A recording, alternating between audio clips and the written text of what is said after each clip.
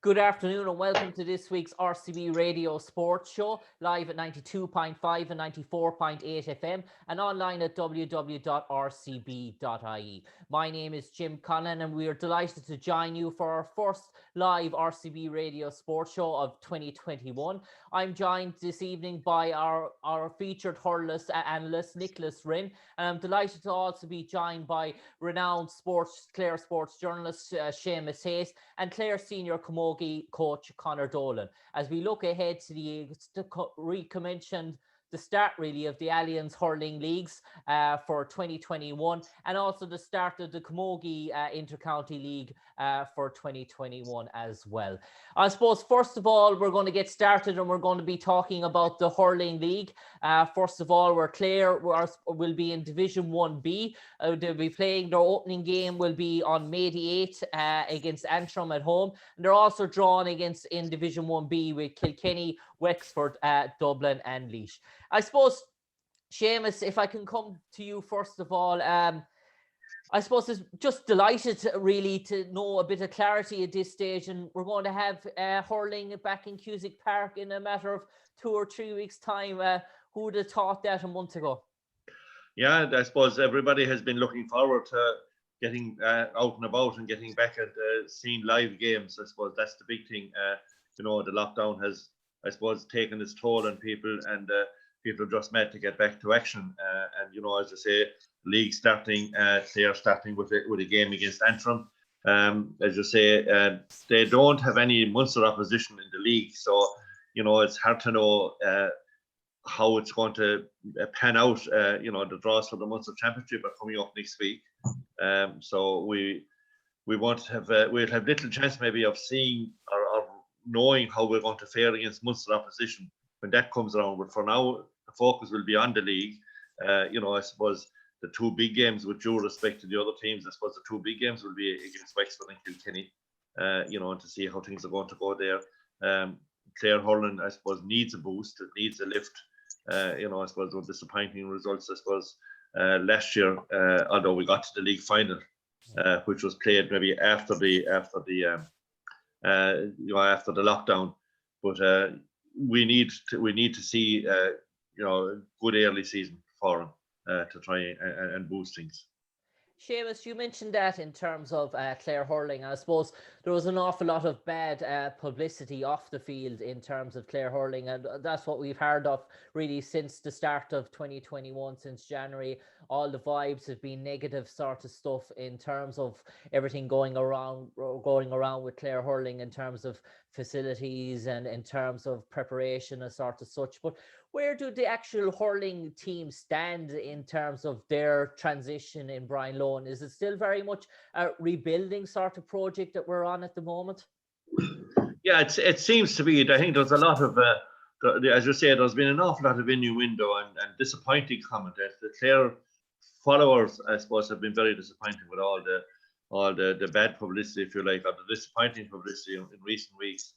Most of them would feel that the focus should have been on coaching and getting players back up to standard, because without criticising anybody, but standards have slipped a bit and Clare teams have dropped down the ladder a bit, going on results over the past couple of years, and the county needs to get back up the ladder. There's no doubt, but there is talent there, and we saw that with what Flannan's coming through winning the Harty there 2 years ago. Now I know all that has been interrupted because of the COVID lockdown, but the genuine Clare follower wants to see the team perform, and they want to see the hurling. They want to see the players get back. It's to answer your question directly, I suppose it still is very much a team building process. Experienced players. We've lost two very experienced players from last year. This year, Hodge Collins has opted to concentrate on the football. Shane Morey has confirmed that he will not be going back. We're not playing senior hurling this year with the county. The likes of Niall Deasy, I understand, is not committing to the county this year. And, those are players that a county team like Clare can't do without. There are young players coming through, but they need the mix with experienced senior players. And, I'd be very worried for how the loss of the likes of Shane Morley and Hodge Collins is going to impact this year. Tony Kelly can't be carrying the team all the time on his own. And like last year was maybe not knocking the other players, but Tony was a standout player by a country mile. And other teams are going to be focusing this year on how to keep Tony quiet. So whether the others can step up to the mark, there's going to be a focus on nullifying Tony, if you like, in all the games this year. All the oppositions are going to try and come up with plans to keep him quiet, and that's going to be how Clare are going to cope with that is going to be a big question mark there. I suppose, Nicholas, if I can come to you, announcement was made there this week as well that there will be no inter-county challenge games before May the 4th, I do understand. And for someone like Brian Lohan, we're obviously trying to integrate new lads onto a panel sorted this year. That doesn't go all well for preparation. He'll be very much dependent on in-house games, really, to try and pick his league team, I imagine, this year. Yeah, I mean, he has no yardstick, but it's obviously going to be the same for every county. Nobody knows, the All-Ireland champions in America, I'm sure they won't know what form their team is in either, and hopefully there's no training behind closed doors for any team. But that threw up a lot of stuff there in the last couple of weeks too, and I know the Clare lads are training away on their own, like I'm sure, and the Limerick lads and all that, but yeah, it's going to be for the selector. It's going to be very hard. You're going to have to think on your feet when the teams goes onto the pitch. I've been talking to a few of the Clare players, and nobody. I've seen a few of them actually train locally here and on their own. And how can you tell what kind of form they're in? You just can't. But it's the same for everybody, And Brian Lohan, I'm sure he has a fair idea. He'd be looking at character. He'd be talking to lads, and I think he'd have a good idea in his own head. But there's where it'd be lovely if club was being played, because if you had the club championship first, then you would get a chance to see, and everybody would be able to get back in and be playing. But the way it is with the county first, nobody knows what kind of form anybody is in. And I would have much preferred if it had been the club that came back first. And everybody would get a shot at playing hurling, because I haven't seen hurling for a long time, no more than Seamus and yourself and Conor there. We haven't seen matches, we haven't seen camogie, we haven't seen anything. I've been looking at rugby for the last number of months. Looking at Connacht rugby, looking at Leinster rugby, let alone Munster rugby. And that has filled the hours for me, and I can, that's the way it is. I mean, we're watching other sports as well. Like, it's not like watching a live show, no matter what it is. But what the pandemic has really shown up for me is how much we have in the GAA, how valuable it is to us in our day-to-day lives. Just to be able to go out to the pitch and watch an under 12 or 14 game and sit and talk to your friends and neighbours and that, it's a huge part of our lives. And we didn't know that, I think, until this pandemic came along and took so much away from us. So just to be getting back, and I'm not criticising the GAA, it is the way it is with the inter-county first. But just to get a result, just to be listening in of a Sunday or Saturday or Sunday evening to see how the other results go, all those things that are such a huge part of our lives in the GAA community, and that all wins. So I'm really grateful like this. We're getting back to something like normal, and. We've all really missed live games and the live show. Hopefully, it won't be too long before we get crowds, some sort of crowds back into matches. But to answer your question, Brian Lohan is in the same situation as the interim manager. Yeah. The interim manager won't know any more than Brian Lohan, so we're all in the same boat. And I suppose there is new blood coming onto the panel as well, and that's where we'll be really focusing and see how they, as Seamus said there, like Tony Kelly was the outstanding player. If we can get a few more bodies in there along beside him as well, we mightn't be that far away at all. And Nicholas, if I can come in there about that, you mentioned new bodies. There was cries last year from the Clare hurling supporters, obviously, to blood youngsters. Young Mark Rogers from Scariff, obviously, he was predominant, really good under 20s hurling campaign for Clare last year as well. It was probably one of the standout sort of things. And they were hoping, I was speaking to James O'Connor there, and he was looking for Clare really to blood players like this. And do you think that's going to be emphasis in the league this year? Shall we see the likes of young Mark Rogers on the scene? And for Clare hurling, does these guys need to be blooded now? Yeah, I think he has called him up, like he has called up a few lads there, and like Rogers in it, and an exciting prospect. And if there's one criticism I would have had, and I'm not talking about Brian Lohan, he's only in the door really, but one criticism I would have over the years is managers seem to pick a panel and they seem to stick. They've been too, sticking to the same panel and too loyal to players. And I don't say that in a bad way. But you have to really bring in you have to keep fellas on their toes, and you have to keep bringing in the new guys. And that's one thing that there's far too much loyalty being shown to players, and they're going on their name rather than how they're playing. Like, in some cases, not all, like, but I find that with managers, and not just in County Clare, like that they're just loyal to. They have their own players, and that's it. And maybe they're blind to seeing new talent that we can see when we go down to Cusack Park and over the Tulla and places down to 6-5 Bridge. There's lovely players there that I've seen from and they're not all from senior clubs, that you would love to say, surely this guy deserves to let's have a look at him. Like, he might be 25 or 6, and he's still. But that's the one thing I really think that, and I think Brian Lohan will probably do that, is give these guys a shot like this. They deserve it, like, and you have to keep you have to keep your panel fresh. And the only way to keep the pressure on players, like the right type of pressure, I'm saying, is bringing in the new lads. The young lads will always, all the older players will tell you the young fellas push them on, like, and if you see a new guy coming into a training ground, you're going to say, well, God, I better pull up my socks here, like there's a fella reaching down my neck looking for my jersey, so but he's called a few lads into the panel now, and hopefully he will keep the panel open-ended.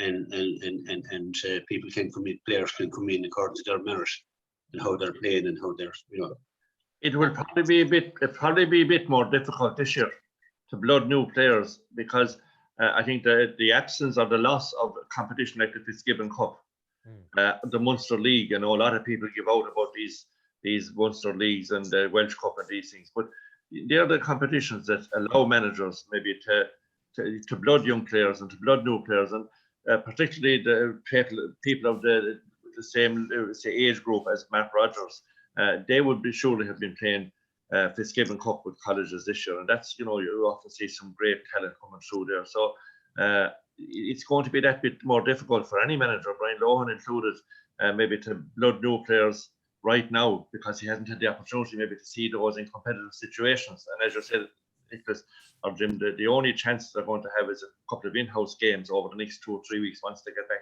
I think it's next week they can get back training, and that gives them only 2 weeks to have 1 or 2 in-house games, amongst themselves. And I'm sure they're all, let's say, in a good state of physical fitness, because I've seen a lot of the lads training on their own, doing the runs and whatnot. But nothing can beat competition, or nothing can beat games. So it's the opening games in the league, I think, are going to they're not going to kind of give a proper indication of where teams might be later in the year, because I would expect that teams will improve dramatically over the first couple of rounds when they get games under their belts. But it's going to be difficult, and I'd say most managers will stick with the tried and trusted in the early rounds to get points on the board. And I fully agree with you, Nicholas. The big loss is the absence of the club competitions. If the club competitions had been able to go ahead of the inter-county, I think it would have been a huge asset to the managers, because they would have seen the lads in game situations, playing with their clubs, and I think that was a big benefit last year. If I can come to you, Conor, I suppose, in terms of Clare last year, we had 2 long-term absentees in terms of John Conlan's injury, and obviously Colm Galvin got injured as well. Big key losses for Clare. Obviously, they'll be back this year, and we don't know in terms of their recuperation. Obviously, John is getting on in years now, and Colm is no spring chicken either, but 2 vital cogs for Clare down through the years. They were heavily felt last year, their losses, so that's going to be almost like having 2 new fresh faces for Brian Lohan this year. Yeah, and throw Peter Duggan into the mix there as well. Peter was another absentee from the year before. And being honest about it, I don't think we're a million miles away. Like, we lost to Galway after a replay 2 years ago. They went on, possibly could have pipped Limerick in All-Ireland. Unfortunately for Brian, last year, he got a bit of a run going, and COVID kicked in, and the wind was kind of taken out of their sails a small little bit. Now, and I fully agree with what the two boys are after saying there about Tony Kelly. An awful lot was left on his shoulders. But if we can get another 3 or 4 of the forwards to step up to the mark and push on, we'll match any team up there.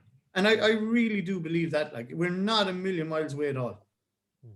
And Conor, in terms of, we've seen new additions as well to the Clare hurling panel. Most notably, Aaron Fitzgerald has switched over from the football, inter-county football, to the hurlers. And obviously Clare were looking for maybe key players down that sort of spine. And we know Aaron Fitzgerald had a real storming few campaigns at full back for Ger O in terms of their run in the club championship as well. So obviously that's something Brian Lohan has probably been looking to identify to try and sort of clamp down on that number 3 and the number 6 jersey. Yeah, look, Aaron's a tough yoke. He's as hard as nails. And look, if we're going looking at examples of how physical the game of hurling has gone, look at Limerick. They're nearly all over 6 foot, bar Aaron Glenn inside full forward. These are all powerhouses of men. And unfortunately, we're in a position where we have light hurlers. So we need to get that balance right. And I think what Brian is doing, he is trying to get the mix of the good light hurlers, but you also need presence on the field as well. And by bringing in the likes, John Conlan coming back in will be a massive addition. Personally, I think he's a great man to win his own ball, and a couple of others in around the field there as well. And Conor, lastly, in terms of the sort of public perception where Clare is, and you mentioned that we're not that million miles away, but most people would say that if you're looking at Clare in terms of their perception, in terms of Munster, people will say, well, most teams in Munster come the Munster Championship, they'll be wanting to draw Clare. Clare will be the receivable tie for the likes of Limerick and sort of Tipperary. And do you think maybe people are judging that because they looked on last year and said, wow, Clare are so reliant on Tony, and if we can sort of stop Tony, Clare don't have any other threats? Do you feel that's the perception going around the place, that Clare are a one-man team at the moment? Well, the thing about it is, if I was Brian Lohan, I'd love to be hearing that even the week before a championship match. You'd love to be hearing that kind of talk. Like, we all know we do have the hurlers. Okay, there is a bit of a transition period, but we still have an awful lot of established players there as well that can take the game to anyone. Like, it's 8 years ago, we were All-Ireland champions with a young team. Like, wouldn't you have said 8 years ago, the majority of these lads would be still only hitting their prime nearly at this stage? And look, they have a lot of mileage on the clock. But as I said, if I was Brian Lohan, I would love to be hearing all that kind of talk in the build-up to the first round of the championship game. Seamus, if I can come back to you now in terms of Clare, we know recent few years, especially at the minor grades and the under 20 grades, Clare have struggled really to make a breakthrough and really start to produce the sort of teams that we were so accustomed to for a few years of minor and under 20 sort of success. And in terms of trying to find players, we know that 3 or 4 of last year's minors under 17s have been added to the senior fold this year. Is that more a work in progress type of project with those 3 or 4 lads, or do you think Brian Lohan is bringing them in because he really sees their ability in terms of integrating them into the Clare team? But is it more long-term rather than short-term with some of those players like Conor Hegarty, Diarmaid Cahill, Keane Galvin, Shane Meehan, because they're all practically only 18 years of age? Yeah, I think there's a work in progress, really. You know, I think they're going to benefit from being in the training scene with the squad, and they're going to learn from the training games and the various coaching that goes on at the training sessions. But it takes a while to establish yourself at senior inter-county level, and I think Conor and Nicholas both touched on it there. You need physique as well. You need to be obviously able to hurl, and those fellas are very skillful hurlers. But if you just take a look at Limerick, the physical condition of their players it's absolutely astounding, really. And they're in super condition, and they have developed their team over the last 2 or 3 years to a situation where they literally have cover of the same standard for every position in the field. And that's more or less, I suppose, what you need nowadays. Waterford came last year they will be hoping to go a step further this year. They're bringing a number of new players. Cork are knocking on the door. Tipperary are never far away. So Clare are really going to face a tough baptism, if you like, in Munster this year. There's no doubt with there are hurlers there. We've very skillful hurlers in this county. But to get the physical situation right as well, because it has become such a physical game as well. You have to be, it's one thing being able to hurl, but you have to be physically strong to win your own ball and to, take care of yourself and take care of your area. So from that point of view, it will take a couple of years to build that up and to get back to that level. So those guys that you mentioned there that have come in from the minor scene, they have outstanding hurlers, but it's going to take them a year or two. I suppose one advantage maybe we have right now is that in the past, when Clare had good young fellas coming through at 17 and 18 years, there were huge demands on their time between their colleges, their club, and a lot of them would be dual players with their club. The fact that we didn't have Munster leagues, the fact that we didn't have Fitzgibbon Cup or second level colleges, will maybe in the one hand be a blessing, if you like, this year, and that the same demands won't be on them if they've kept themselves in good shape, and if they can learn now at the training and build it up and get a bit of game time every now and then. But I think, to answer your question directly, I think it is more or less a long-term plan, for these lads to ease them in over the next 2 to 3 years and into the senior squad. And hopefully there will be an under-20 competition this year at inter-county level so that they can get game time and see what it's like, the demands at that level, which is a stepping stone to senior. Nicholas, if I can come to you now in terms of the hurling sort of preview, and last question, if I can put it to you.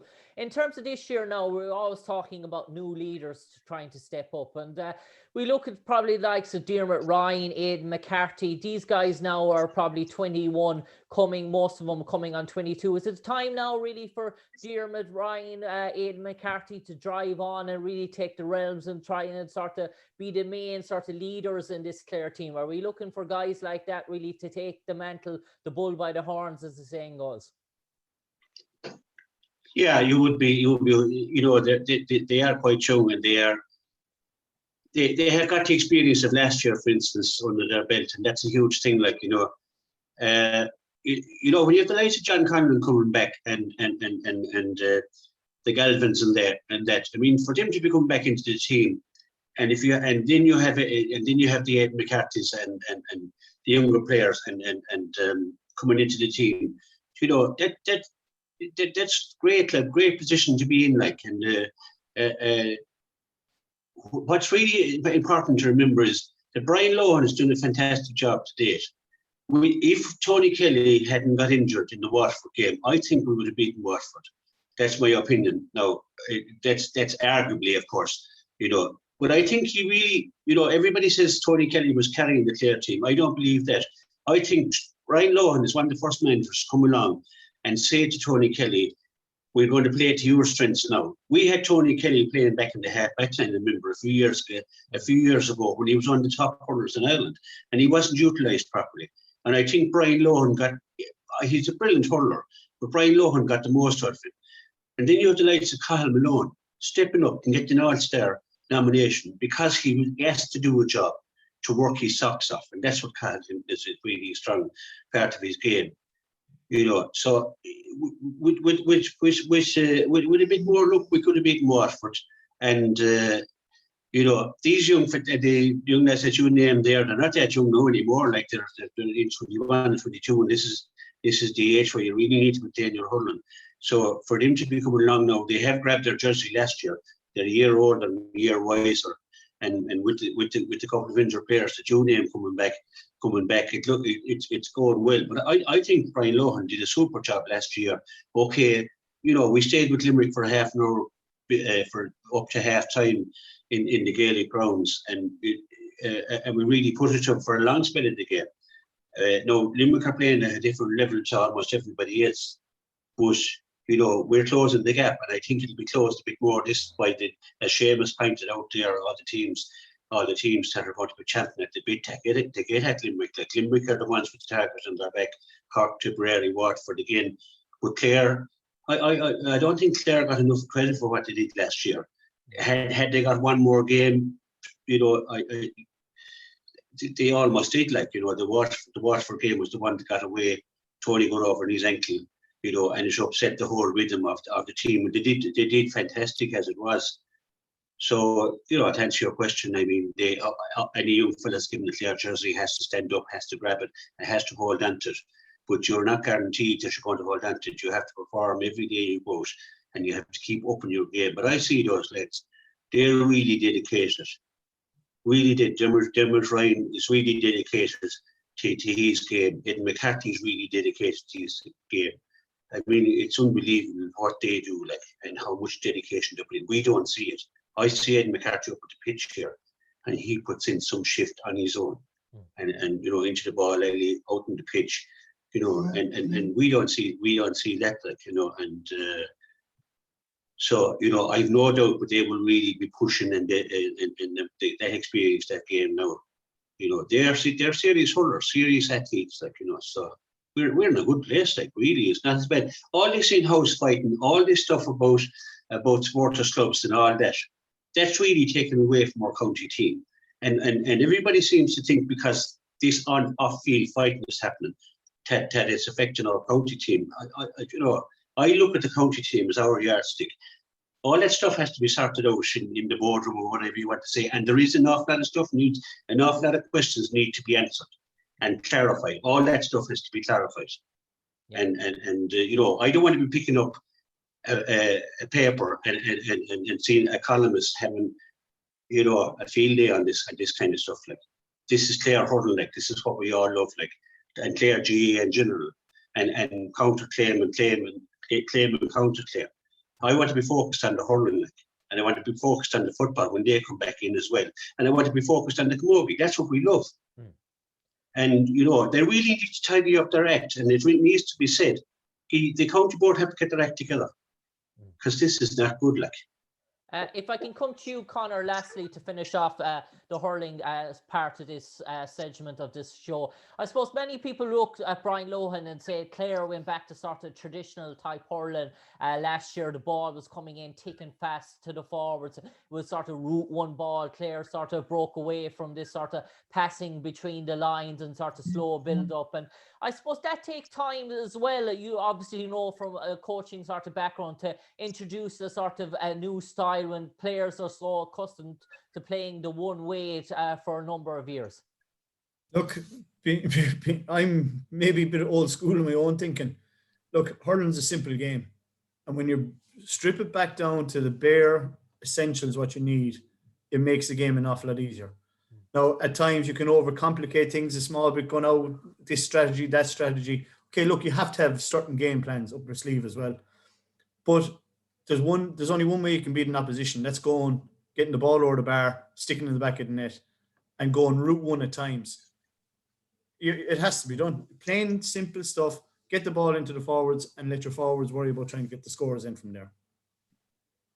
Welcome back to our first edition of the RCB Radio Sports Show from 2021. As we look ahead to the hurling leagues, the Intercounty Allianz Hurling Leagues, and obviously the Camogie Intercounty scene as well, the Intercounty Leagues for 2021. My name is Jim Conlan. I'm joined this evening by RCB columnist and presenter and reporter and sports journalist Nicholas Rynne, renowned Clare sports journalist Seamus Hayes, and the coach of the Clare Camogie senior intercounty team, Conor Dolan. And it's with you, Conor, we start off. Conor, last year, real progress for Clare Camogie, obviously getting to a quarter final in the championship, a huge sort of steps forward. And yourself and your part of the management of Brian O'Connell as well, you started taking it on really from Clare Camogie. Dare I say it was a bit under the doldrums before you sort of stepped in terms of Trish O'Grady really tried her best in terms of Clare Camogie, but it was so few tough years for Trish. But last year really was a breath of fresh air, and people are really beginning to talk about Clare Camogie once again.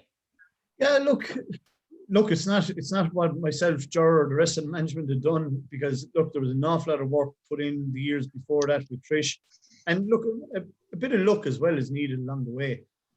Look, getting to a quarter final was great. We were one of 3 teams left in the league competition before that finished up as well. Look, I was kind of disappointed. Look, it was great to get to a quarter final, but I don't think we played to our potential. Like, okay, we were with Cork. Cork are one of the top 3 in the country, but we just didn't kick on the way in which I'd like to, and the way in which the girls had been training and playing it in in-house matches. They know themselves. They were extremely disappointed themselves after the Cork game to know that they didn't put themselves in good light down there. So I'd be expecting to go maybe at least one step further this year. And you mentioned that, Conor, in terms of Ger and obviously his management team. And you mentioned reflecting on last year. I suppose when you look back on last year, what sort of points do you want to bring into 2021? And will you start to reevaluate in the squad as well? And is there any girls that were part of the squad last year that haven't made themselves available this year for personal reasons? Or obviously you probably have new girls that came on board, but you haven't yet to really see them in training or action as yet. So I imagine your panel is very much undecided. It's a bit up in the air at the moment, is it? Yeah, like we've a panel of 35 at the minute, and look, it's been all Zoom calls with Stephen Cusick doing the S&C.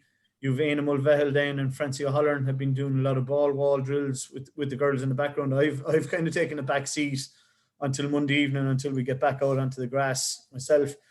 But look, we've lost a couple of girls. We've lost 4 girls off last year's panel, opted out.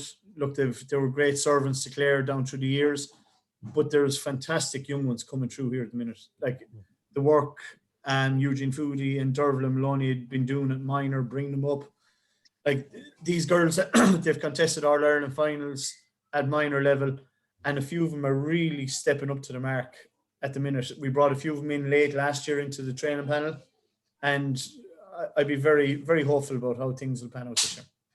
I suppose, Seamus, coming to you in terms of Camogie last year, really, people really got excited and really got behind Ger O Connell sort of team last year. And it was really a great hype back in terms of the Camogie scene. And it was probably really great to see the Camogie team reaching back and achieving standards that we were so accustomed to a decade ago with the Clare Camogies. Yeah, definitely. There's a lot of work going in, as Conor rightly says, and a lot of work has been put in by maybe different managements over the last couple of years. But there's a lot of very good young players coming through. You know, the schools have been doing well with the teams as well, in the teams, and those girls who have been on that have come onto county development squads. And you know, there's a huge amount of work being done. And like last year, I suppose getting into the league quarter final was a big plus in the sense that it was the first time in a number of years that the championship, it was the first time in a number of years that a Clare team had got to that stage. And obviously the target will be maybe to push on from that this year now. And you know, there's a tough enough league campaign coming up. You know, I think to Galway in the first round. Galway have been in the latter stages of the All Ireland over the past number of years.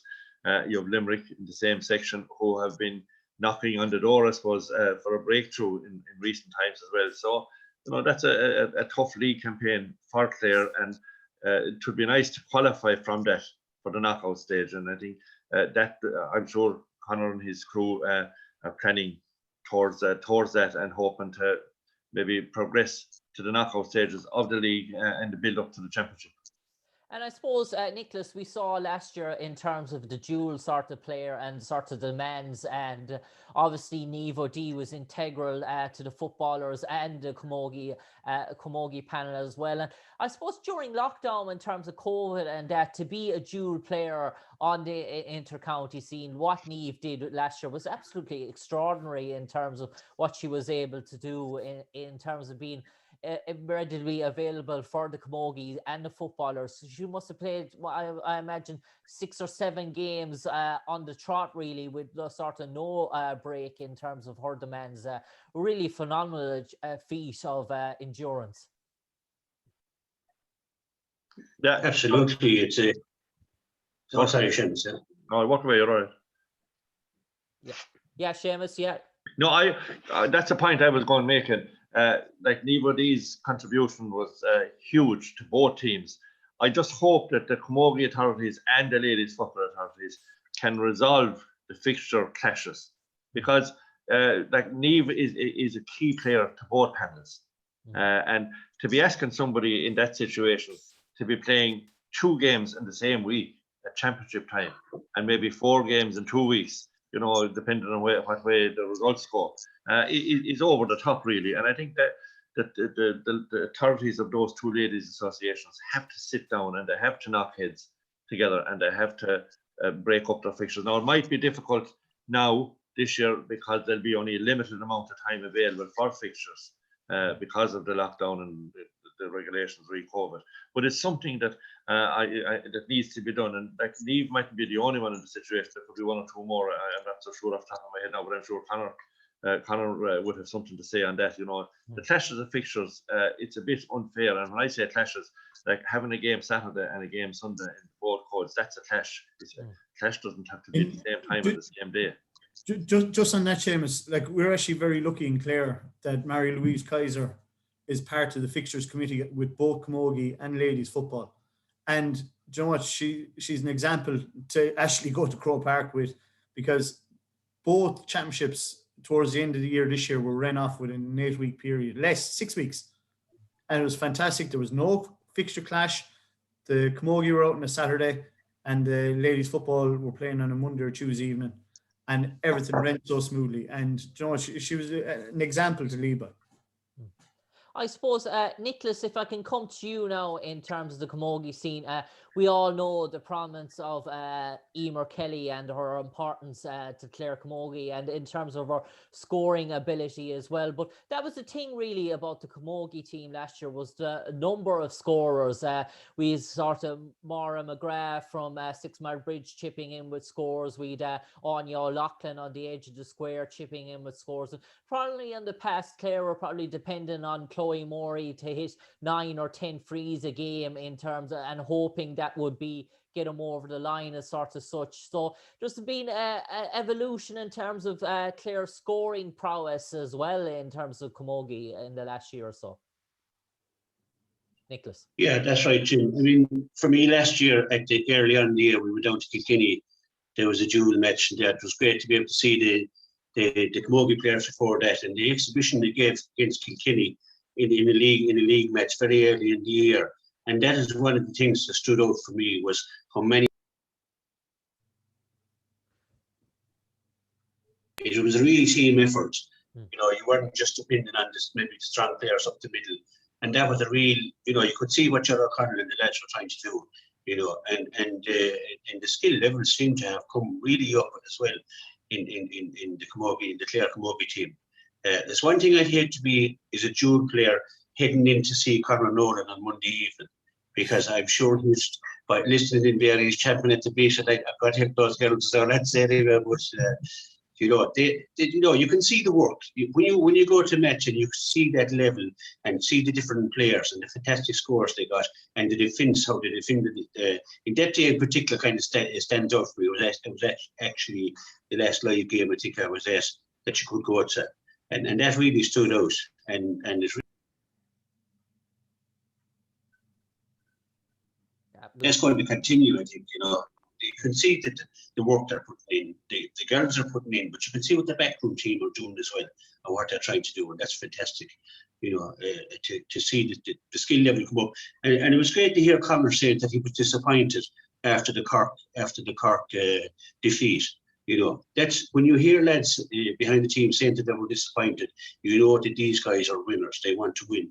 They're not just happy that they had a good enough campaign, and you know, to be disappointed is great. That is fantastic to hear, because it means, you know, they want the best, and they are not going to settle for second best. So I think Clare camogie is really going places, and it's great to see it.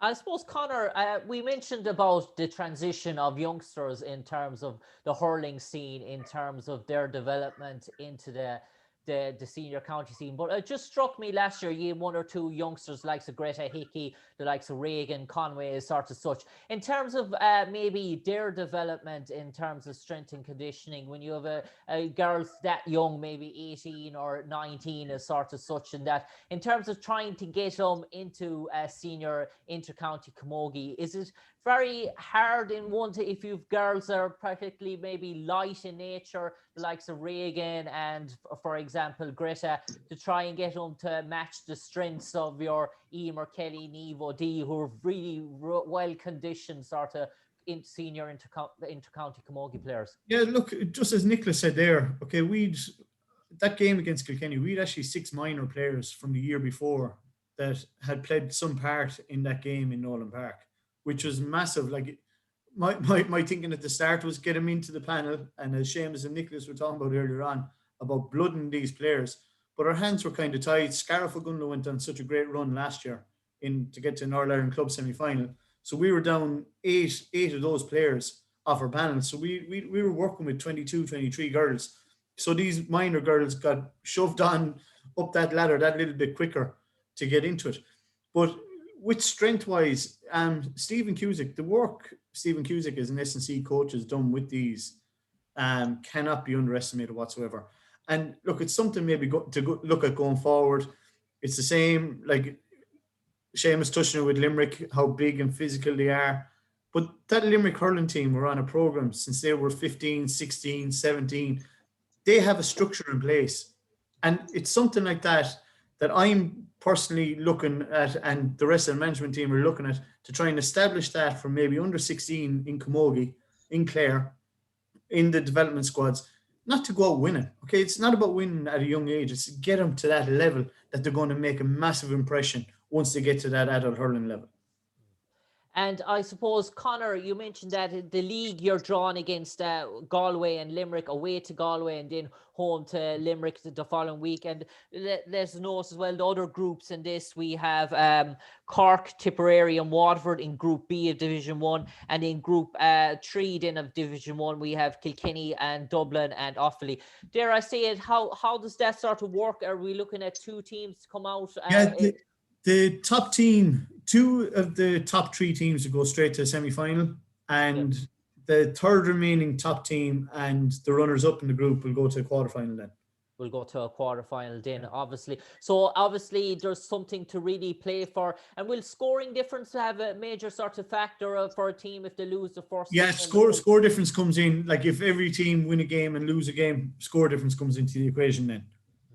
I suppose, Seamus, with that note, given that sort of thing, the games is going to be sort of tense and tight, so in terms of the camogie this year. So even a setback in round 1 in terms of, even if you're losing, with the scoring difference having such a major sort of role, it's going to be full welter to the end. Teams won't be letting up or resting players or bringing off players, because the score difference could have a major factor to say in this. Yeah, that's right, Jim.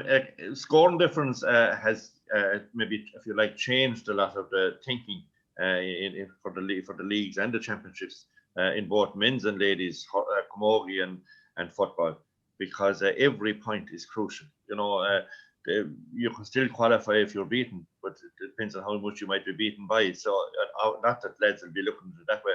I presume management will be coaching their teams to go out to try and win every game.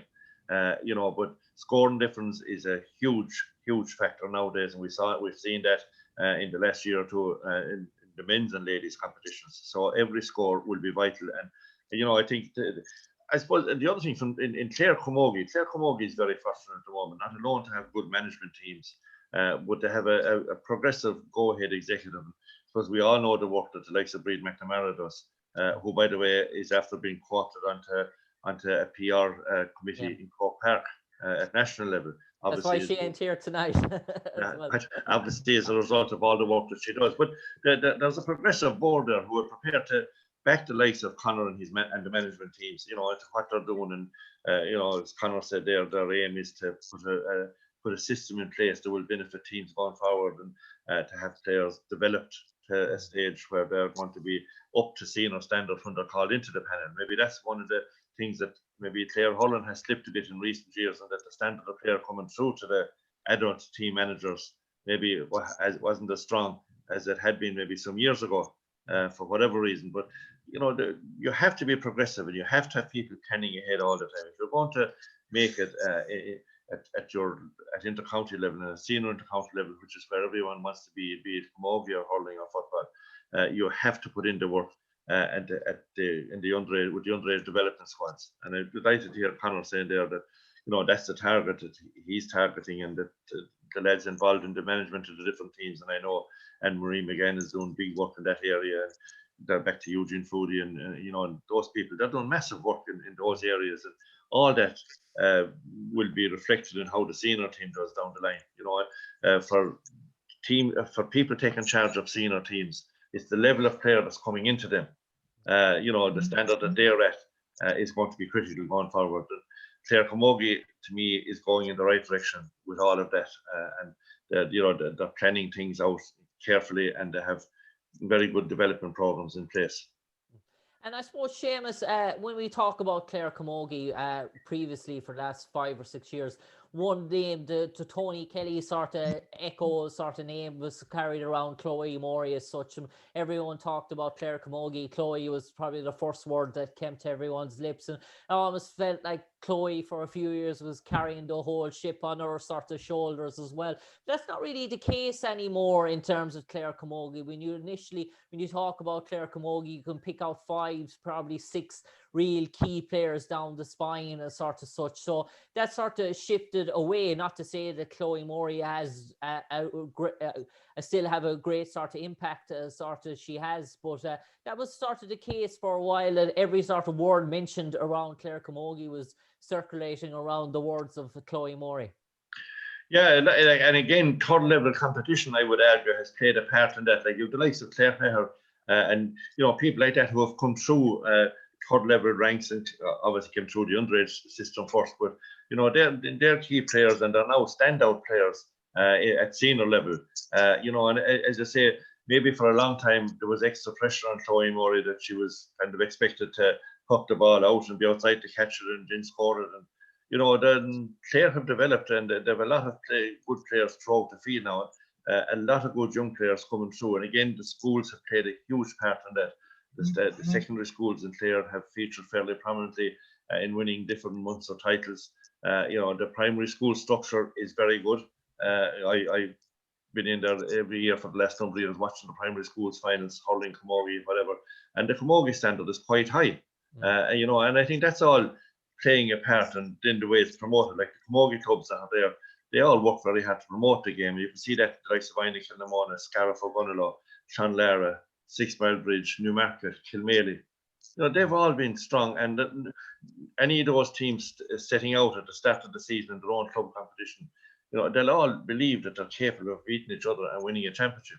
And there are good games in the championship, and that's all part of developing the thing. I'd say, nobody can take anything for granted anymore, and I'm sure that Conor would have seen that and seen the standard of players coming through, because they have been busy, himself and Ger and their team, in going around and watching those games. And signs on they have a panel instead of over 30 there, and they're all eager to play. I suppose time was maybe over a decade ago when it might be hard to get a group of training. Now they're queuing up at the gate to get in.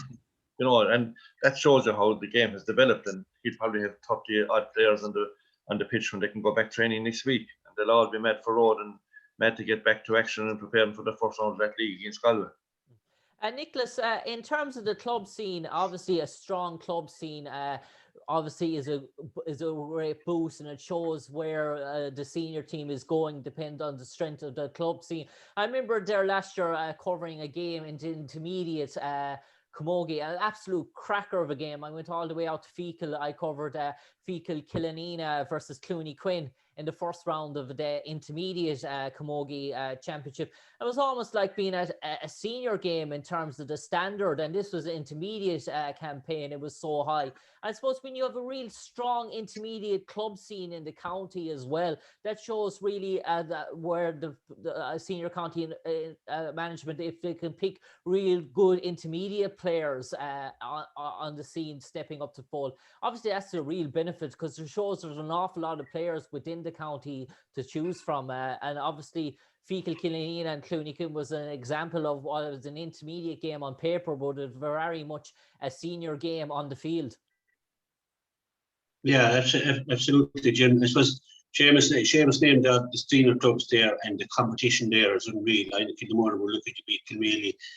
There was a lot of games like that real competitive games. The market have been great, fantastic champions and fantastic team. They come up there every year, you know. And when you go down to the intermediate, then you're not going down too far because there's great matches there at the intermediate and great competition as well. And this is what makes Camogie good in Clare. But Seamus hit on it there, I suppose. The women's sport now at the moment is just, you know, when you have the Nigel Rachel Blackmore there, the fantastic jockey, when you have Emer Consign, watching her play rugby, she was a big footballer, and you see the Northern Ireland ladies soccer team last night, you know, going into Europe now, qualifying for Europe. Women's sport has gone through, is just really taken off now, and they have great role models.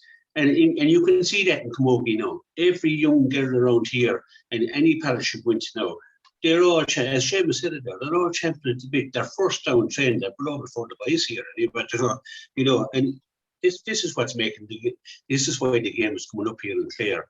And as Seamus rightly said, you have just great people, and congratulations to Brian McNamara. That woman has worked her socks off, and what she did there, walking the fundraiser she did was phenomenal. And you know, these girls now they want to be the best of what they do. Their approach is professional. They're just it's serious stuff, like, and you know, and when it's happening at junior, it's happening at intermediate, and it's happening at senior. And these intermediate teams, they want to win the intermediate championship. They want to get up there senior as well, and that strengthens the game here in Clare, and that's what you want to see. Just touching on that as well, Nicholas. Like, of the intermediate teams that were in Clare last year, there's actually 10 of those girls on the panel, like intermediate club players that are on the senior panel, which it's big numbers for a level below, we'll call it.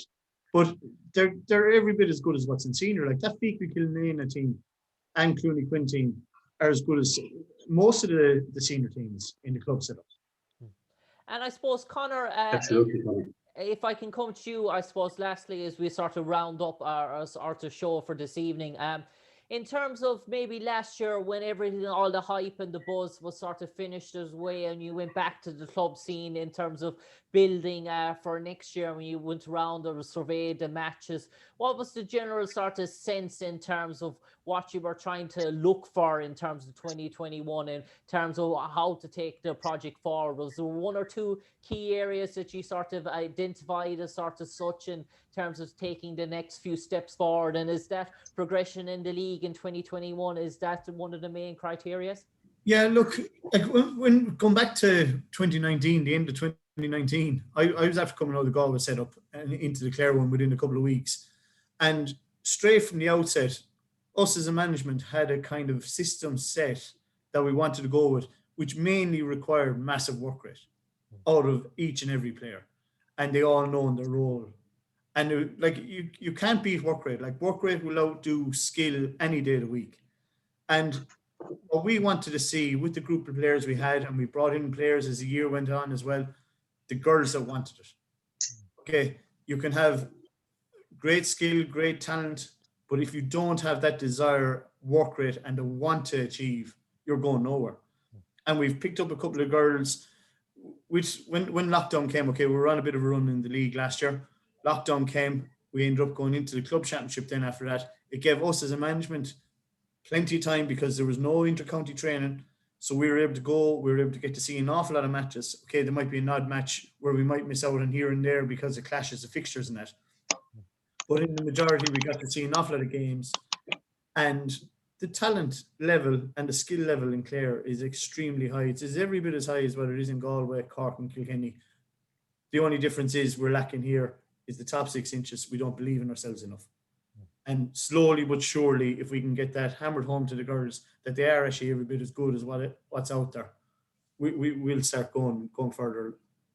And I suppose, lads, we're about to wrap it up. So I'm just going to come around the table for the final start of 60 seconds. Seamus, 30 seconds for yourself. What would sort of constitute a good 2021 in terms of Brian Lohan's charges and Ger O Connell's charges in terms of the league this year?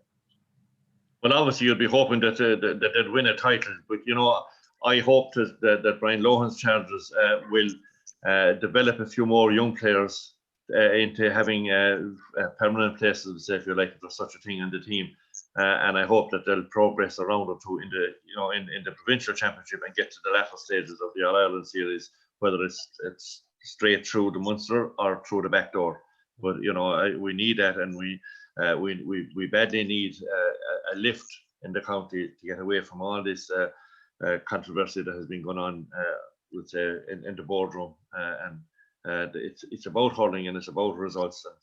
And hurling or football or camogie, what happens on the field will give everybody a lift, and to get to progress to the concluding stages of competitions will give everybody a lift here in Clare, at least, to get us away from listening to what has been going on.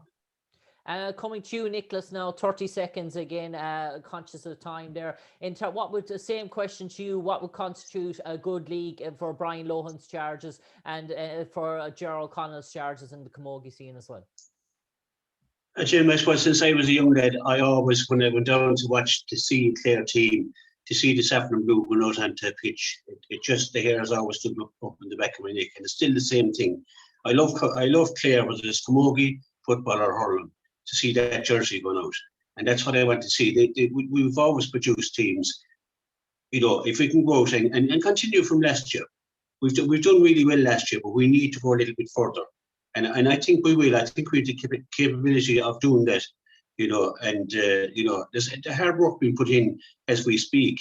And I know that, and obviously now that it's opening up a bit more, there's even harder work going to be done. But just to have a team that we're proud of, I've always been proud of every Clare team that has ever topped out for us. They always go out and give their best. And I just want, that's all I ask from anybody, just to be honest and go out and give your best. And of course, your best comes from what you do on the training pitch, and Conor will tell you that. And that's really all I want to do, is we had to go down to Cusick Park, Thurles, Nolan Park or Cork, and watch my team go out there and wearing that jersey with pride. That's what I want for 2021. And as Seamus said, if we win a cup, I'd be thrilled altogether, But it is about playing the game. I know that's old school now, but it is about wearing that jersey with pride. And all Clare teams do that. So I'm looking forward to the year ahead.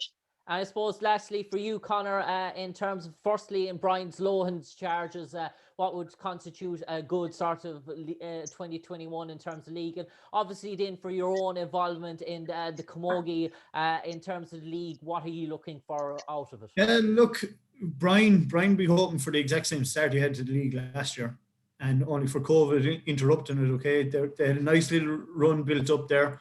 He'd be hoping for the exact same and push on and let that build going into the championship. And look, being honest about it, and the Limerick were a couple of points better than us. We'll call a spade, but we were probably still the closest team that anyone came to upsetting Limerick or giving any bit of a battle as the year went on, and that proved it.